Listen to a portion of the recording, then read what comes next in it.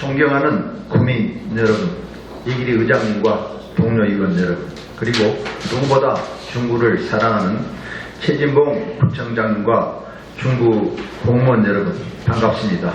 이인구 의원입니다. 오늘은 광복로에 대한 이야기를 한번 해볼까 합니다. 5분 자유반을 아끼면 늘 언제나 고민이 깊어집니다. 우리 구에 시급하게 필요한 것이 무엇인지, 아니면 앞으로 우리 구가 어떻게 변화해 나갔으면 좋을지는 늘 고민을 하게 됩니다. 그래서 오늘은 저에게 남다른 공간인 광복로에 대해서 말씀을 드려볼까 합니다.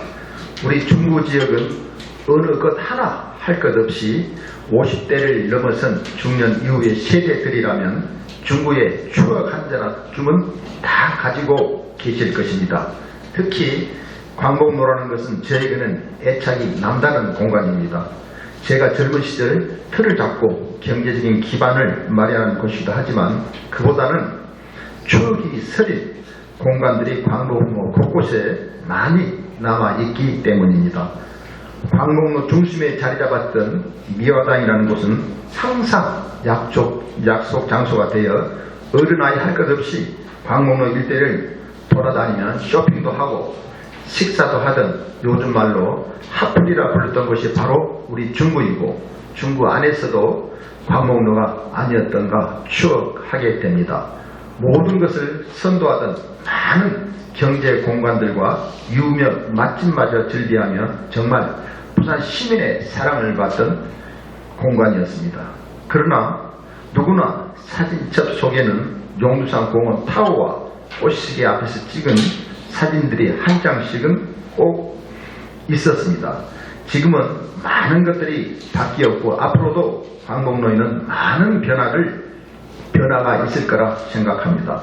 물론 과거를 회상하며 예전에 좋았구나 이런 말씀을 드리는 것은 아닙니다. 지금 우리 부산은 2030 부산 엑스포 박람회 개최를 위한 결과를 앞두고 있습니다. 부산 그 안에서도 중구를 포함한 북한 지역의 세계 박람회가 개최되어 이를 통해 우리 지역에 획기적인 바람이 불기를 진심으로 기원합니다. 어느 누구라도 이견을 달지 않는 것이 우리 중구 경제를 이끄는 핵심 산업이 바로 문화, 관광, 그리고 전통시장이라는 사실입니다. 그리고 두 가지는 뗄래야 뗄 수 없는 유기적인 관계로 앞으로의 우리 중구를 이끌어갈 주치가 해도 과언은 아닙니다. 우리 구는 오공하는 유동인구가 많아지고 이를 통해 상권이 활성화되어야 그 효과가 지역 주민까지 미치게 되는 구조를 가지고 있습니다. 우리 구 역시 광복로의 상징성뿐 아니라 공간적 각재를 극대화하기 위해 그간 광복로 시범가로 조성 사업과 특화거리 조성, 차 없는 거리 등 많은 정책들을 펼쳤고 그때마다 광복로의 가치는 한 단계씩 상승해 왔습니다. 이제는 광복로가 옛 추억을 넘어서 다시 한번 원도심의 영광을 되찾기 위해서는 패션을 대표하는 거리가 아닌 시대적 흐름과 업종의 다변화가 이루어져야 하고 이와 함께 보고 먹고 즐길 수 있는 즐거움까지 더해져 중구의 대표적인 상권에서 부활을 기대하고 희망해 봅니다. 사진 속에 유성로 타워와 꽃시계는 아직 그 공간 그대로 남아 있습니다. 조금은 더 화려해 보이지만 그럼에도 그 모양새를 간직한 채 남아 있어 정말 다행이라는 생각을 하게 됩니다. 늘 이맘때쯤이면 광복로는 다시 한번 새로운 빛으로 빛날 준비를 하며 바빠집니다. 구조물들이 하나 둘씩 들어서면 우리는 또 한 해를 마무리할 준비를 착착 해 나갑니다. 광복로 분수 조성 사업도 업체가 선정되어 준비를 하고 있고 새로운 기대를 갖게 합니다.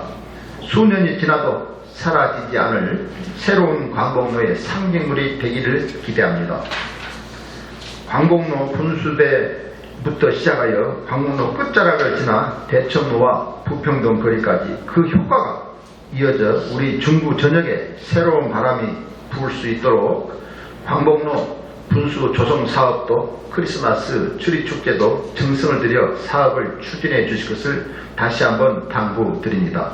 올해 광복로 크리스마스는 어떤 빛으로 채워질지, 어떤 공연이 펼쳐질지 그 순간을 몹시 기대한다는 말씀을 드리면서 5분 자유 발언을 마무리하도록 하겠습니다. 경청해 주셔서 감사합니다.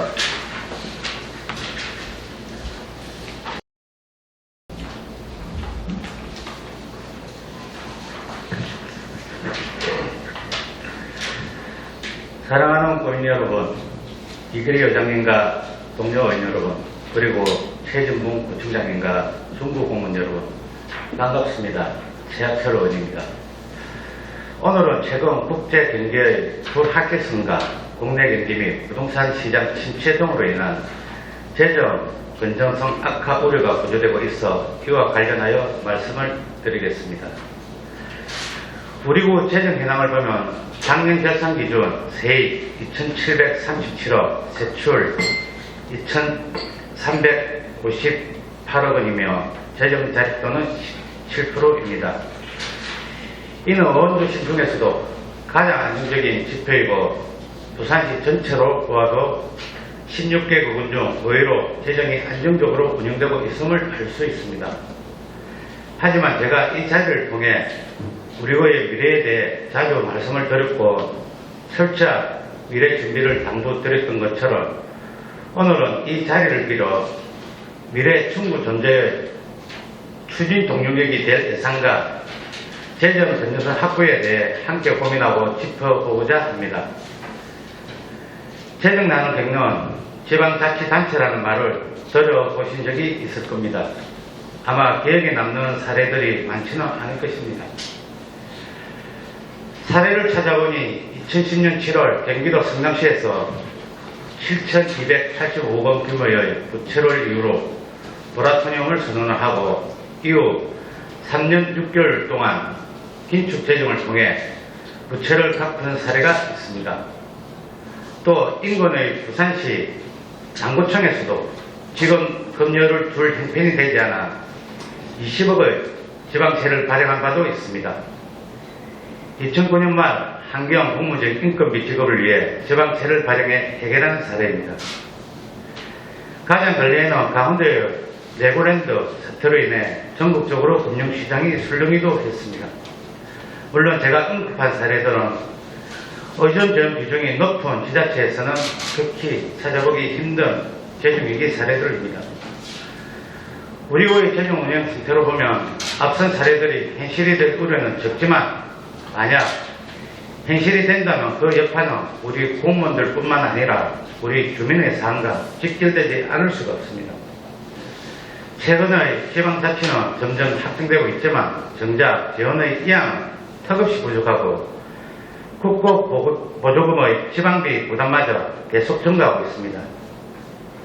특히 공공서비스에 대한 재정 소요는 꾸준히 증가되고 있어 앞으로의 재정 확장 요인은 너무나도 다양하고 많을 것으로 예상됩니다. 지방자치단체의 경우 의존 재원의 비중이 높은 만큼 급격한 재정위기로 겪을 우려는 낮을지는 모르겠지만 세입 규모의 감소를 고려치 않고 무리하게 재정 지표를 확대해 나간다면 우리 국 또한 남구청의 사례처럼 직원의 인건비를 지급하지 못할 사례가 발생하지 않는다고 단언할 수가 없습니다. 우리 군은 고령화율 30%를 넘어서 초고령화 도시입니다. 앞으로의 사회구조 변화와 사회복지 수요 확대 요구에 빠르게 대응해 나가야 하고 도시 경쟁력 강화를 위해서도 꼭 필요한 곳에 예산이 적절하게 투입해야 합니다. 불필요한 낭비성, 행사성, 경비를 과감하게 줄이고 신규 투자 사업의 경우도 계획 단계에서부터 타당성과 효용성을 철저히 따져봐야 할 필요가 있습니다. 앞으로 행정사무감사와 내년도 예산안 심사를 앞두고 있습니다. 그 자리에서도 철저하게 따져보겠지만 공무원 여러분들도 우리 국 재정의 효용성이 극대화될 수 있도록 함께 고민하고 노력해 주실 것을 당부드립니다. 존경하는 국민 여러분, 그리고 이 자리에 계신 공무원 여러분, 중구의 서반장 지하철은 다시 내일을 그리고 미래를 고민하고 준비해 나가겠습니다. 늘 감사드리고 늘 응원합니다. 경청해 주셔서 감사합니다.